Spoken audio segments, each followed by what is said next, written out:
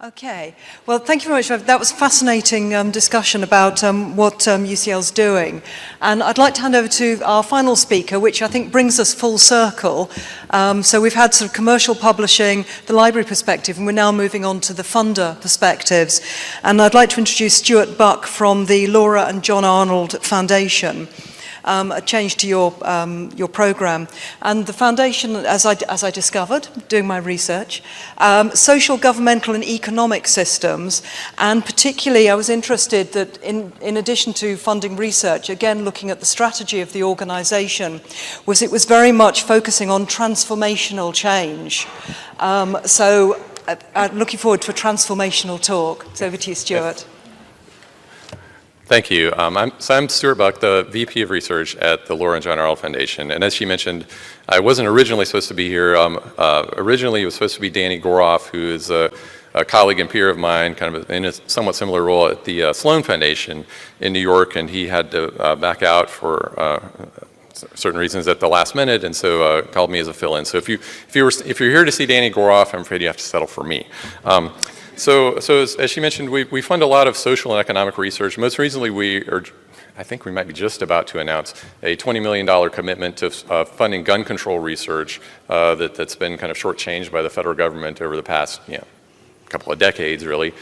So that's just an example of the kind of research that we fund. But we've also had a strong commitment to open science. So we launched the Center for Open Science about five and a half years ago, which is kind of an organization that promotes open science throughout the scholarly ecosystem.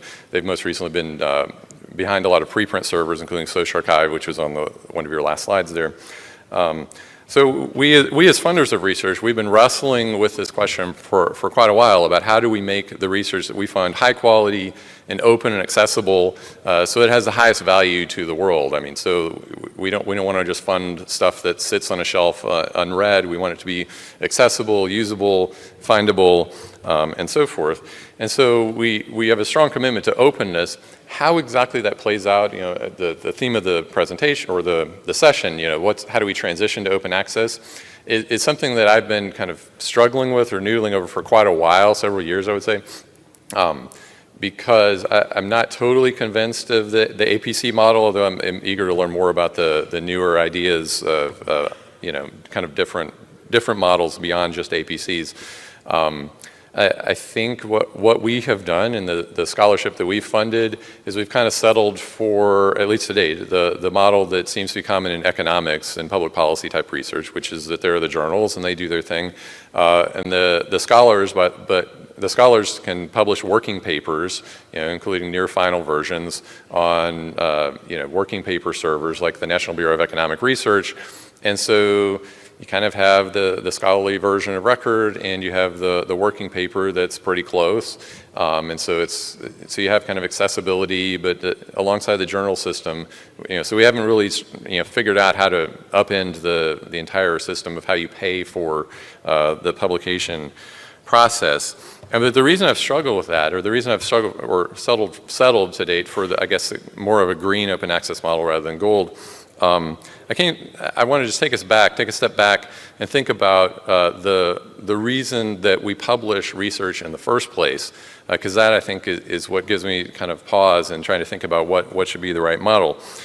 So what is the purpose of publishing? And so what I'm about to say, as some people might find it provocative, so I apologize for that, or I apologize for not being provocative. I'm trying to be provocative, actually. So what's the purpose of publishing? I mean, the original purpose of publishing, I think, some 400 years ago when scholarly journals were first started, was just to make your work available to the world. Back in a world where few people had printing presses, and you could scribble down your notes, in your own library. But if you want to make your work available to everyone else, you have to publish it, and you have to, put it in a journal that actually has a printing press and that can put it out there to the world. Today, we have the internet. People have home pages, there are repositories everywhere, preprint servers springing up all over the place.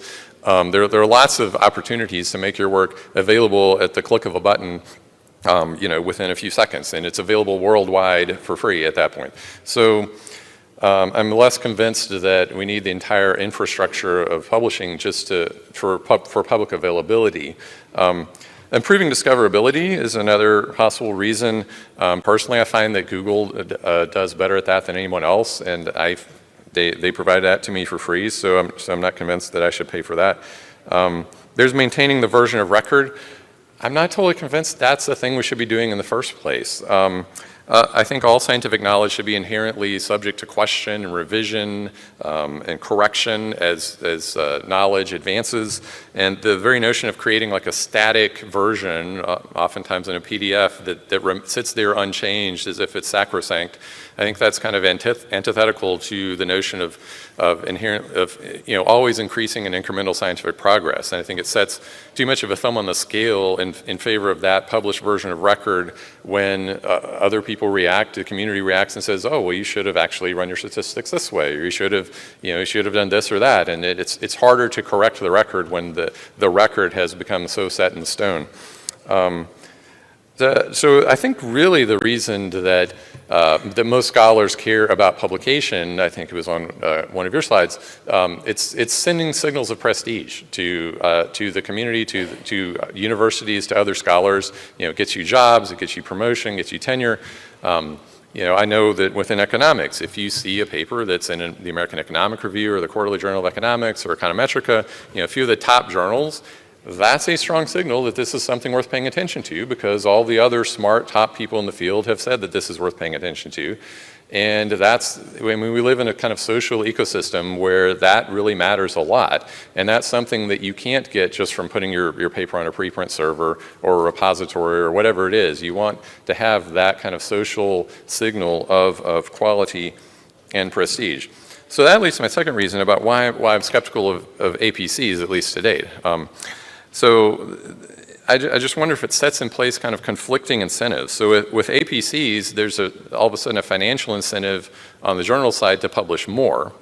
But the idea of sending signals of prestige, the incentive is to publish less, to be super exclusive, right? You can't be prestigious if you're open to everyone and you publish everything that comes in the door, right? So I just wonder what the world really looks like if that became the model more widely than the small percentage that it is today. You have the financial incentive to publish as much as possible versus the kind of scholarly academic incentive to publish less and to be restrictive and exclusive and prestigious and all of that.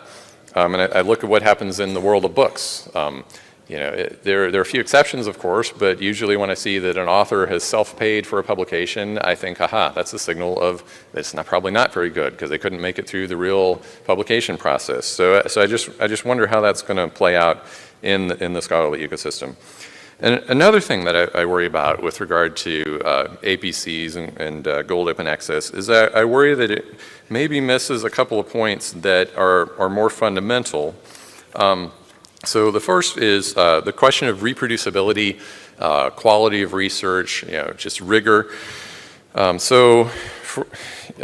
know a lot of you may have heard of this before, but there was a reproducibility in psychology that came out in Science in 2015. And I'd have to note, when I say it's published in Science, I immediately realize, okay, I'm trying to send a signal of prestige to the audience. This is worth paying attention to, right? I didn't have to say that, but it just popped out because I wanted to draw credibility to it. So it was published in Science. It was a project that I funded through the foundation. They went and replicated 100 psychology experiments, and they found that depending on how you define what replication means, there are various ways to define it, that around 40% could be successfully replicated. Another 40%, it was kind of muddy, kind of unclear, and then the other 20%, they could say were just not successfully replicated. And these were all 100 experiments that had come from three top psychology journals from a given set of years. So that's just one example. There have been similar projects in cancer biology, in economics, and so forth.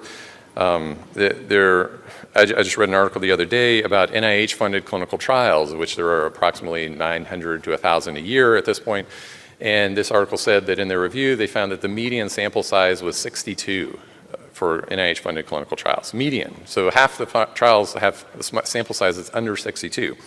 I think that's a bad sign. Small sample sizes are really the worst of both worlds in terms of delivering both false positives and false negatives. With a small sample size, you have less statistical power, less ability to find a true effect that's there.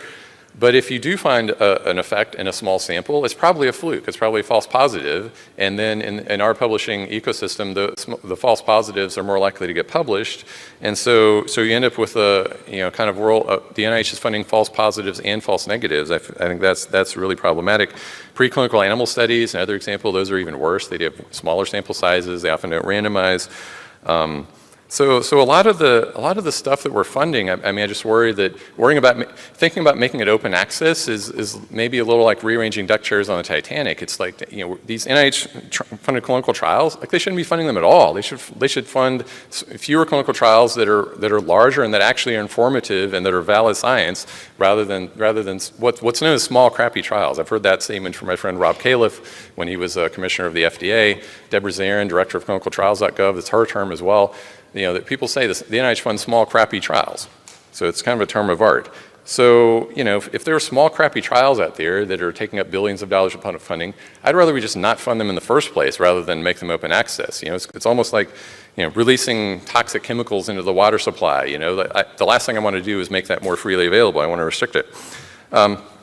So the second thing that I worry about with the open access possibly kind of missing the point is something that I alluded to earlier with the question of whether the article, the scholarly article, the version of record, is the main thing that matters for scholarly communications and for just the academic reward system.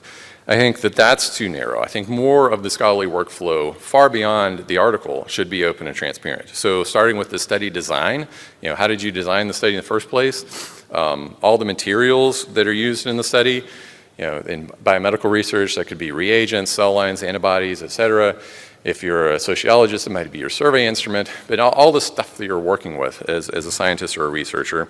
The full description of the methods, there's all sorts of complaints that oftentimes the method sections in articles don't contain enough detail about exactly what was done. There's the data, the underlying data that you come up with. Again, that takes many forms. Sometimes it's as simple as an Excel spreadsheet, or sometimes it includes biobank materials. I mean, there are many different versions of data. There's the code, the computer code that people write to analyze data. I think all of that should be part of the scholarly workflow, and all of that should be more open and accessible and transparent. Precisely for the reason that we need to be able to investigate, as researchers, as scholars, we need to be able to investigate exactly what has happened in a particular line of scholarship. And I want to refer to a quote from a couple of statisticians who's kind of famous in that field. They say, an article about computational science in a scientific publication is not the scholarship itself, it is merely advertising of the scholarship. The actual scholarship is the complete software development environment and the complete set of instructions which generated the figures. And I think that could be applied to essentially all of science and research. The article is just the tip of the iceberg when it comes to the entire scholarly workflow and the entire scholarly process. And so the rest of it needs to be open and transparent as well. And the academic reward system should be calibrated accordingly. So someone who produces data that's immensely useful to a field, someone who produces software that is useful to a field, and that's used to generate further scientific advances, should be rewarded equally or even more so in our system compared to someone who produces an article. So just to not to put a fine point on it, if I write one genetics article and publish in a genetics journal, that's rewarded in the academic ecosystem. If I write some software that 1,000 geneticists find useful for their research, that's not typically as rewarded in the academic ecosystem, even though it's producing 1,000 times more academic output in the long run. Right, so I think that's a much more fundamental problem. It goes far beyond publishers, but I think that the notion of open access, maybe we ought to broaden it beyond just articles and start thinking about how to make the entire academic workflow more transparent and more open, and send those signals of prestige and rewards, academic rewards, to the underlying workflow and the items of value like data and code, et cetera, that can truly advance science, much more than just individual slices of articles that are published at any given point. So hope that was provocative, and so that's just the issues that I'm struggling with as a scholarly research funder myself.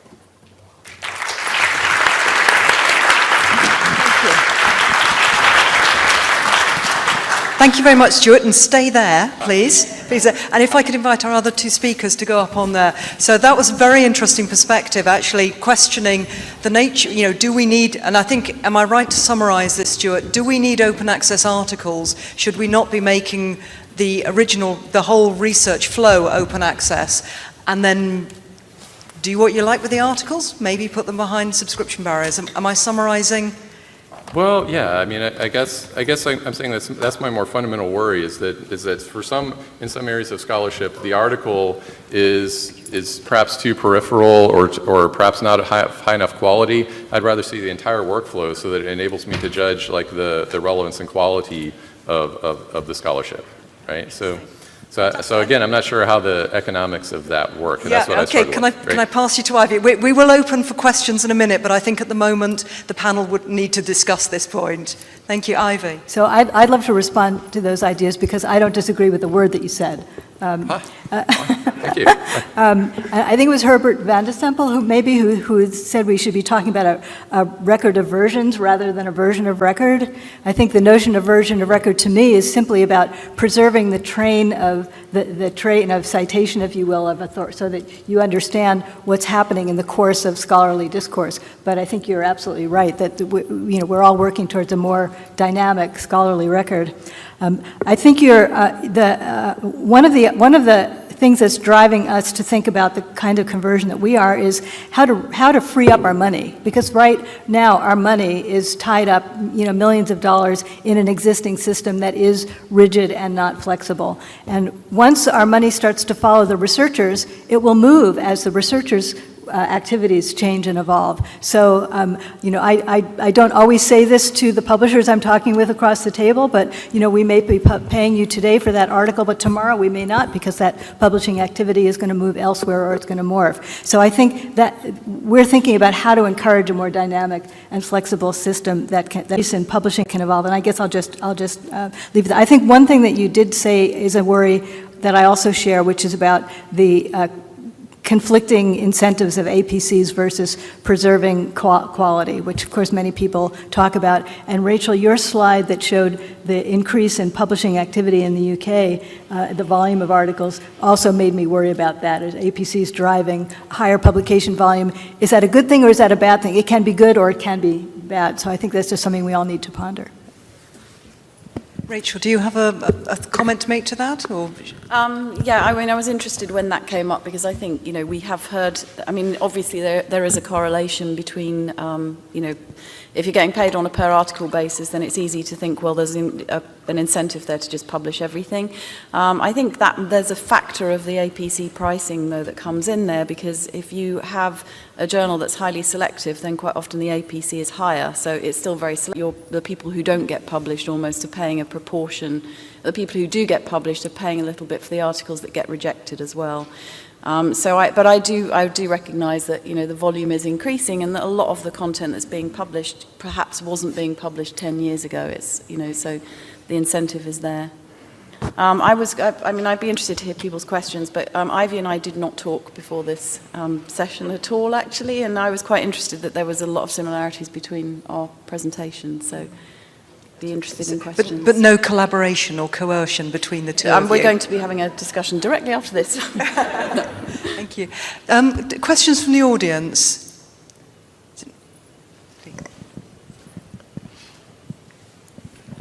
So I guess following up a little bit on the increase in research, it seems to me that subscription-based journals are also increasing in number. So I don't know that I'm seeing a causation of open access. And I'm sort of curious from a Springer Nature perspective. I know on the Nature side there are a number of New Start titles, and this has been somewhat controversial in the library and scholarship world about these now for-fee subscriptions, and are those going to be hybrid OA, the Nature New Starts that are coming out, or how is that sort of squaring with some of the developments that are happening, particularly in Europe, with these offsetting agreements? So I think if I've understood the question is about new Nature journal launches and whether or not they're going to be hybrid. Is that the question? Sorry if Yeah, that was kind of part one. And then I'm also curious about, I feel like I'm seeing some conflicting business models maybe coming out of Springer Nature for sort of how to approach the ecosystem, and wondering if how are those are going to be harmonized. Right, okay, so I may not have the perfect answer. I'm actually working in Biomed Central, but I do know a little bit of what you're talking about. So the Nature journals don't currently offer the hybrid option, but you're right that actually there is an increase in the output in subscription journals as well as open access. So it isn't just in the open access journals, it's just generally an increase in research output globally.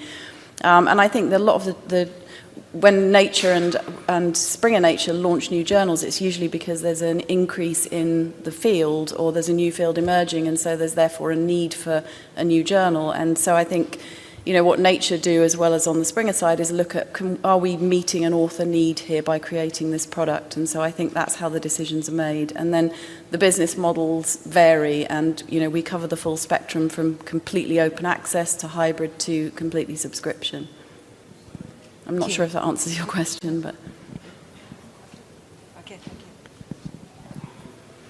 you. Hi, Jason Winkler with Elsevier. With regard to the other parts of the scholarly record, like the underlying data, research methodology, what else, or what could publishers be doing to incentivize this on our end? So I'm aware of some badging that's currently available in certain journals, but I wonder if that's sufficient, or what else could we be doing? What could publishers be doing to incentivize availability of data in particular? Authors to share their data, their underlying methodology. What could we do to recognize them to do so? Right. I mean, one thing that I think pretty much doesn't work is asking the authors to share upon request. So there have been a number of investigations of that, and the authors often don't share. They disappear. They change institutions. They say, oh, that data was collected by a postdoc who's now back in China. I mean, there are all sorts of excuses they come up with, and they typically don't share. So that doesn't work. I think what can work is requiring the deposit of data with the journal, or requiring the deposit, probably better yet, requiring it to be deposited with a trusted digital repository. So where I'm most familiar is with social science. So requiring the data be put with ICPSR, the Inter-University Consortium for Political and Social Research, which is at Michigan, but it's funded by a bunch of different universities. If you require that authors put their data someplace and then provide a link, to the place where the data, preferably the data is its own DOI, then you can enforce that kind of requirement to know that it's actually available. But making it available on request, it just doesn't work very well.